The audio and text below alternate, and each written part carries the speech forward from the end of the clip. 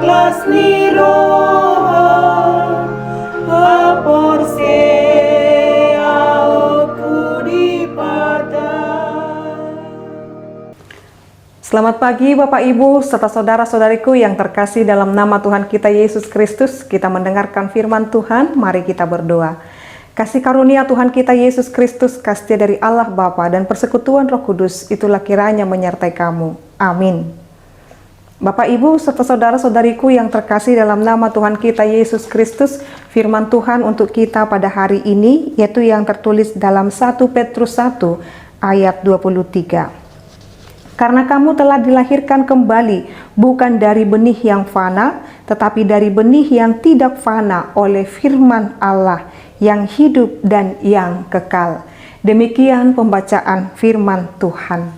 Bapak Ibu serta saudara-saudariku, orang yang percaya kepada Allah di dalam Yesus Kristus harus menyadari hidupnya bukanlah hidup yang berasal dari hal yang fana lagi atau dari benih yang fana lagi, tetapi dari benih yang kekal oleh firman Allah, benih yang tidak fana yaitu oleh firman Allah. Apa yang disampaikan di sana? Jikalau manusia tercipta oleh karena dari kehendak Tuhan melalui cinta kasih antara suami dan istri atau bapak dan ibu kita, lalu kita terlahir di dunia ini secara kedanginan.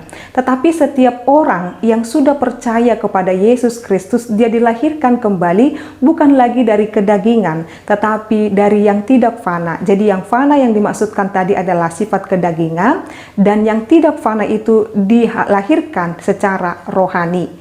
Jadi orang-orang Kristen yang hidup dan menerima Kristus, hidupnya tidak lagi hidup di dalam kefanaan, tetapi harusnya hidupnya di dalam kehendak Allah.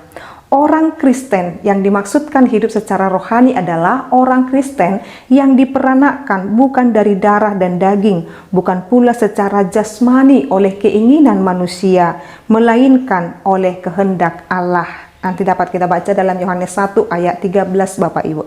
Orang Kristen dibentuk dan dalam benih yang kekal, yaitu firman yang telah masuk dalam diri kita.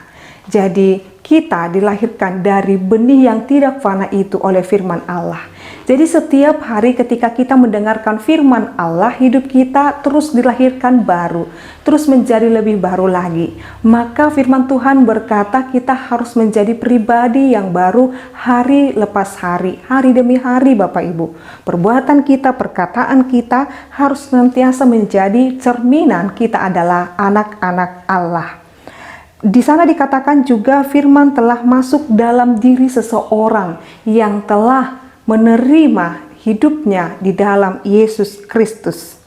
Jadi boleh nanti kita baca hal ini bagaimana Petrus di dalam penyampaian firman ini juga dia kutip dalam Yesaya 40 ayat 6 sampai 8. Sifat agung kehidupan yang berasal dari Allah adalah kasih. Nah, di sini harus kita melihat Bapak Ibu. Setiap orang yang dilahirkan dalam daging dan tidak menerima Yesus Kristus, sifatnya adalah sifat keduniaan ini. Sifat yang masih menuruti hawa nafsu, sifat yang masih menuruti keinginan daging. Tetapi orang yang telah menerima Yesus Kristus, yang telah dilahirkan kembali itu dari benih yang tidak fana itu, sifat agung yang dihasilkan dari setiap orang yang telah menerima Yesus Kristus adalah kasih, hidup di dalam kasih. Itulah sifat agung yang dari benih yang berasal daripada Allah. Maka cerminan orang Kristen adalah hidup di dalam kasih Bapak Ibu. Orang Kristen adalah manusia yang kehidupannya dipenuhi oleh Kristus. Jadi setiap orang Kristen yang telah menerima Yesus Kristus, hidupnya harus senantiasa berlimpah-limpah dengan kasih karunia. Oleh karena itu Bapak Ibu saudara-saudariku, kepada kita hendak disampaikan firman ini kepada kita. Jangan turuti lagi keinginan dagingmu, sebab kamu adalah milik Kristus.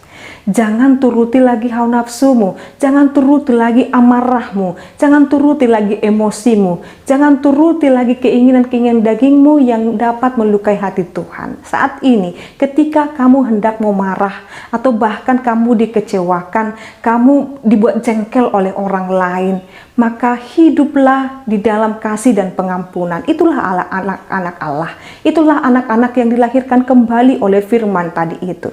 Jadi bagaimana Inang? Apakah kami harus menjadi terus mengalah dan lain sebagainya?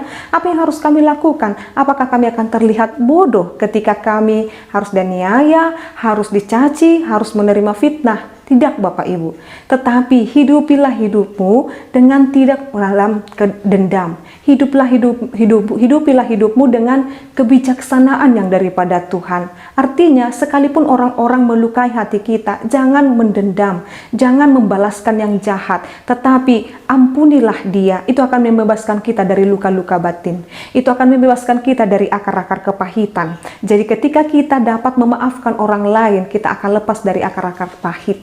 Yang membuat kita tidak mampu untuk mengampuni adalah orang-orang yang dapat menyimpan, yang senantiasa menyimpan akar-akar kepahitan dalam hidupnya.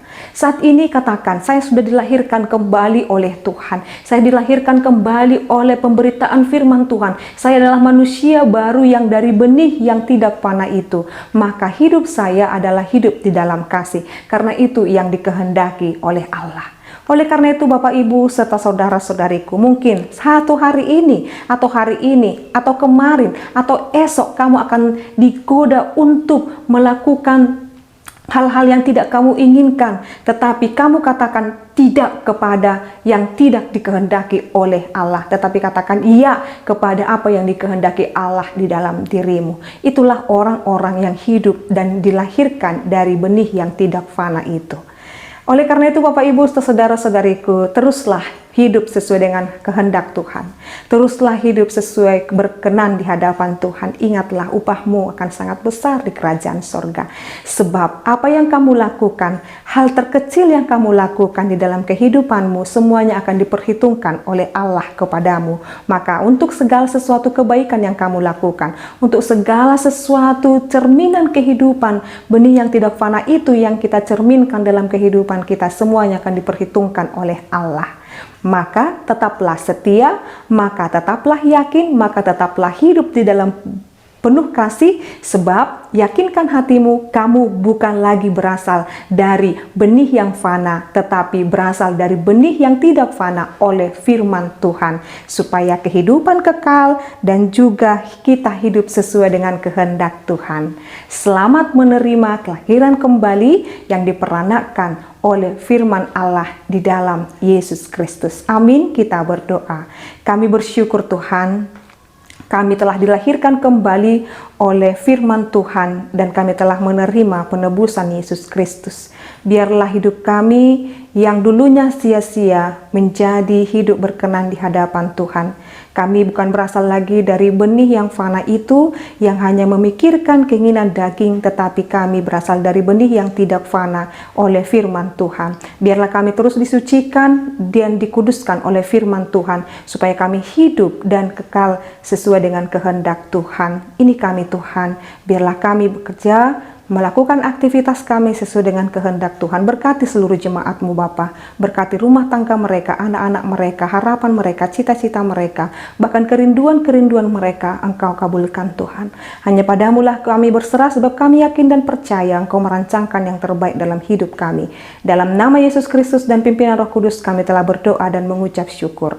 Anugerah daripada Tuhan kita Yesus Kristus, kasih dari Allah Bapa dan persekutuan Roh Kudus, itulah kiranya menyertai kamu sekarang sampai selama-lamanya. Amin. Selamat pagi Bapak Ibu serta saudara-saudariku. Tuhan Yesus memberkati. Shalom.